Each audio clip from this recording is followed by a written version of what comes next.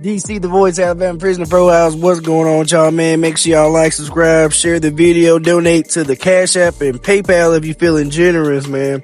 Hit that join button and become a member of the channel.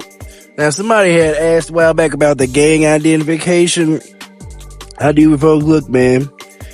If you got visible tattoos or an article mentions your affiliation, or the administration cares enough to document your affiliation on the inmate website, detailed enough all the way down to whether you got a cover up, implying that you've been X'd out or shit like that, I'm gonna mention it, man. You know what I'm saying? But I don't just be throwing shit on folks, you know what I'm saying? Now today, we're gonna be revisiting the Casey White case as his Netflix biopic documentary depicting his aided escape with lover and correctional officer has gone #1 in the country on Netflix.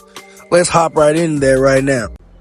Netflix's true crime documentary Jailbreak, Love on the Run, is now #1 on the platform in the United States. It recounts the real-life story of a corrections officer who fell for a convicted murderer and helped him escape, sparking a nationwide manhunt. What happened to Vicky and Casey White? Where are they now? Executive produced by Dan Abrams and Rachel Stockman, Jailbreak, Love on the Run revisits the shocking true events of 2022 when Vicky White, Assistant Director of Operations at the Lauderdale County Detention Center in Florence, Alabama, fell in love with the prisoner awaiting trial for murder and aided his escape. The inmate, Casey White, was a convicted felon when he transferred to the Lauderdale County Detention Center in August of 2020. He was already serving a 75-year sentence for a 2015 crime spree that included shooting a woman during an attempted carjacking and killing his ex-girlfriend's dog, among other offenses. Before his escape, White was awaiting trial for the unrelated 2015 murder of Connie Ridgway, a crime he confessed to before being sent to Alabama Detention Center where he met Vicky. Quote, Casey White was described as a romancer by one of his former cellmates, and those who worked at the jail said he was polite and even charming prisoner. Stockman told Netflix's Tundum, Vicky, remembered by inmates in the documentary, was compassionate and caring and a victim of Casey's scheme. Quote, Vicky, who was used to doing things for others, fell for Casey's manipulation, especially when he claimed he was being framed for a murder he did not commit. He made her believe in him, Stockman continued. However, inmates at the detention center began to suspect a relationship between Vicky and Casey when they believed they observed him giving her cards to mail that didn't have addresses on the envelopes. How did Vicky and Casey White escape from the jail? Vicky White had reportedly been planning her and Casey's escape for some time. Leading up to the escape, she announced plans to retire and sold her home for a price well below market value. The home was sold for $95,550. Documents obtained by CNN show, while online records with Lauderdale County list the home's total parcel value at $235,600. Vicky also wiped out her bank account, had a secret phone number which she had been in contact with Casey more than 1,000 times over a 2-year period. Lauderdale County Sheriff Rick Singleton said Casey and Vicky had a, quote, special relationship that was confirmed by other inmates who told investigators Casey White was, quote, getting extra food on his trays and was, quote, getting privileges no one else got. And this was all coming from her, per CNN. On her last day at the job, April 29, 2022, Vicky told her fellow officers at her retirement party she was bringing Casey to the Florence courthouse for a mental health evaluation. She left with Casey for the courthouse, but the two never returned, raising concerns. Vicky was tasked with arranging transports at the jail, quote, she used her position, and I think she coordinated her transports to ensure there were no transport deputies there, Singleton told NBC. Amid their escape, Vicky White abandoned her patrol car at a shopping center in Alabama and hopped in a Ford. The Ford was later found about 2 hours north in Williamson County, Tennessee, after the officers received a tip.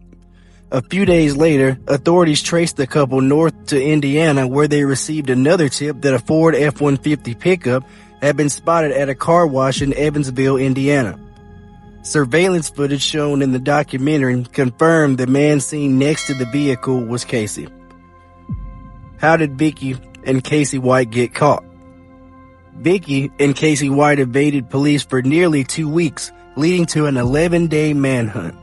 Authorities finally tracked them down after spotting a gray Cadillac parked outside a Motel 6. When the couple left the hotel, police pursued them, resulting in a high-speed chase that ended when their car crashed into a ditch. Casey was taken into custody immediately, while Vicky suffered a head injury and needed to be taken to the hospital. Casey reportedly surrendered to U.S. Marshals after the crash, telling them, quote, "Please help my wife. She just shot herself in the head and I didn't do it." Quote. According to NBC News, however, Vanderburgh County Sheriff Dave Wedding said the two were not married. Multiple wigs and about $30,000 in cash were recovered from the crashed vehicle. Vicky White was transported to the hospital with a head wound, and authorities said at the time they believed she might have taken her own life. Vanderburgh County Coroner Steve Locklear confirmed Vicky died from a self-inflicted gunshot wound. Where is Casey White now? After his escape and capture, Casey was sentenced to life in prison in June 2023 after pleading guilty to the escape. He is serving his life sentence at William E. Donaldson Correctional Facility in Bessemer, Alabama, according to his inmate records. Quote, "We just wanted a new life together because she knew the truth. I can handle the truth because I know who I am," unquote. White said in a courtroom at his sentencing, according to NBC News, quote, "I chose this road. It's cost me my life and my freedom." White pleaded guilty to escape in exchange for prosecutors dropping a felony murder charge involving Vicky White's death. He also agreed to the maximum sentence of life without parole. Jailbreak, Love on the Run is now streaming on Netflix. And there y'all have it, man. Let me know what y'all think about this in the comment section. Man, that's crazy. They was gonna try to charge bro with felony murder and she done downed herself. That's crazy. I want to say condolences to the victims of Mr. Casey White and their families, and condolences to Vicky White and their families, man. I wanted to double this episode, Death Race for Love, you know, a reference to the Juice WRLD documentary, but here we go again, y'all, just highlighting love.